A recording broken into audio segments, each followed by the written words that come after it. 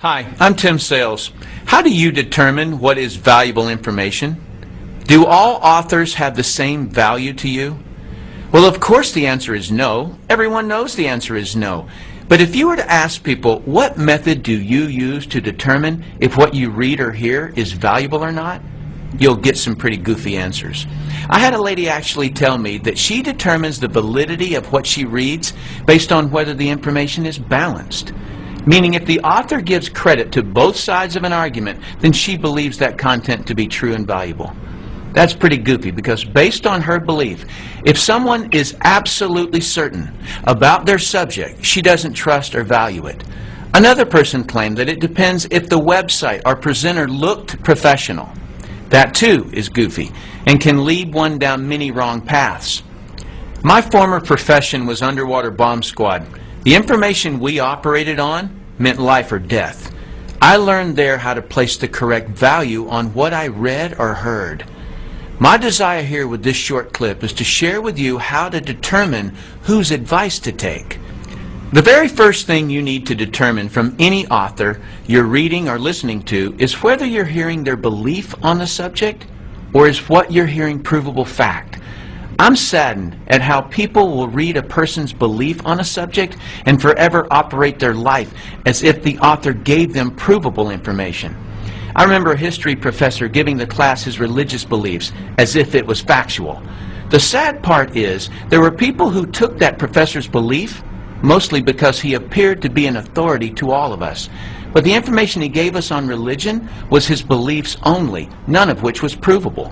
That being said, you have to be very careful in reading or listening to statements of so-called facts that mislead you.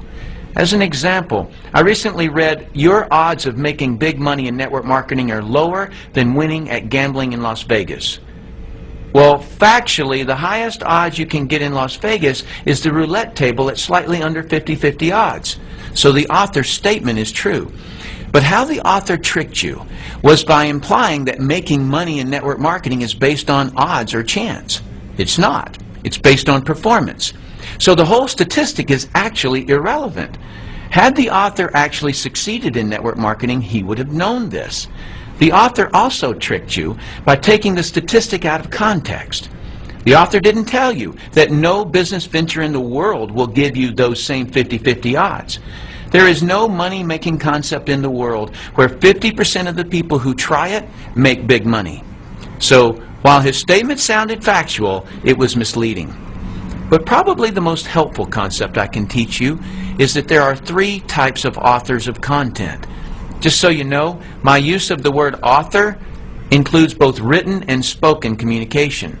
Here are the three types of authors: those who have never done it, those who have done it and failed, those who have done it and succeeded. Author type number one are authors who have never done what they're writing or talking about. Newspapers, magazines, television writers, and reporters rarely have done what they're writing or talking about. Their information comes from hearsay and as an outsider looking in.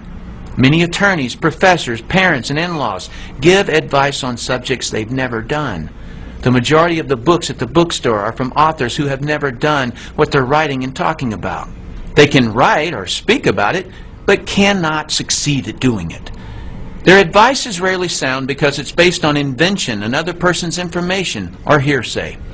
This problem is compounded when an author simply repeats something they heard from the media.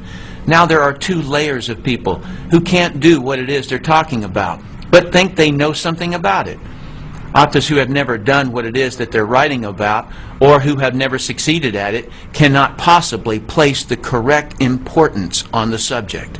You can always identify authors who have never done it because their content is slightly or grossly off the correct subject. As an example, I read a web article claiming that multi-level marketing success was mathematically impossible.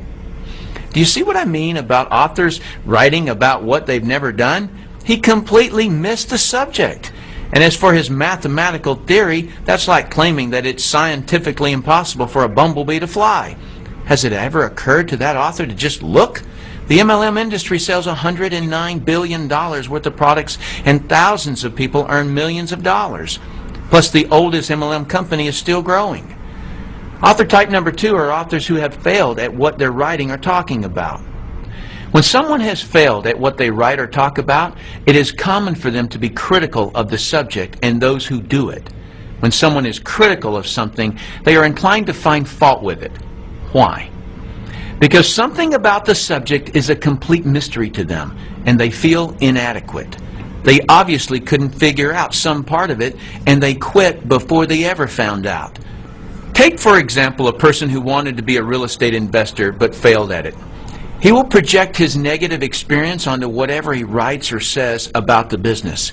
He'll typically write and talk about what's hard, wrong, or dangerous about real estate. Why?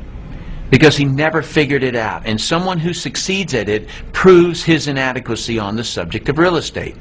His worst nightmare is people succeeding at real estate investing. His negativity may focus on the aspect of real estate investing that caused him to fail, but more than likely he doesn't know why he failed. So he tries to make everything about real estate wrong, including anyone who does real estate. Just a warning, on every subject there are more people that quit at it than people who succeed. So you may find much more negative information about your subject than positive information. Do not take advice from authors who have quit at what they write or talk about. They are resentful and do not want you to succeed where they failed. Others' success only proves their inadequacy. They may claim that they only want to protect you, but in reality, they only want to protect themselves from a sense of failure by preventing you from trying and succeeding. Author type number 3 are authors who have succeeded at what they're writing and talking about. If an author has succeeded at what they are writing or talking about, they are a valuable asset to you, and their advice is worth listening to. They know what is important and what is not important about the subject. If you hear information from author type 1 or 2 that concerns you, ask author type 3 to explain it to you. They will be able to explain things and categorize the information so that it's logical. Please note that there is a vast difference between someone who has been successful at their subject and someone who has been merely educated about it. Just because a person has studied a subject or has been doing the subject for 20 years doesn't mean they can successfully do it. A beautician can study all about hair. That doesn't mean she can cut hair to her client's satisfaction. A psychiatrist may have been able to listen to her teachers and may have been able to read the required textbooks and may have even been able to pass the state board examination on the subject. But can she fix another person's problems? If she can't, don't take her advice. A student who has been educated on a subject has only proven that she can be a successful student. She has not proven that she can successfully perform in the subject. The person you should accept advice from on a subject you're researching is the person who has gotten the results you desire. If you want to succeed, take the advice of those who have been successful. In conclusion, the easiest advice in the world to give or receive in business or money-making ventures is don't do it. But keep this idea in your mind about money. The most amount of money you'll ever lose is the amount you'll never make. Let's say you're looking at a business where you can make $1 million a year that requires an investment of a few $1,000s. There are people making that amount in the business you're researching, but someone gives you the simple advice of don't do it. So you don't. You may think you saved a few $1,000s, but what you really lost was $1 million a year. The cost of that poor advice you took was way more expensive than the few $1,000s you saved. If you read a website or listen to someone that is recommending you not do a particular business, just ask them for a better alternative where the same return is available. And of course, don't take their advice unless they've succeeded in the business they're recommending. I personally do not have a stake in what you choose to do in network marketing. But being someone who has been financially successful, it's heartbreaking to me how many people are stopped or derailed by some author who doesn't know what they're talking about and shouldn't be giving advice on something they haven't been able to succeed at. Thanks for watching this clip. I hope this information helps you to determine whose advice to take. I'm Tim Sales.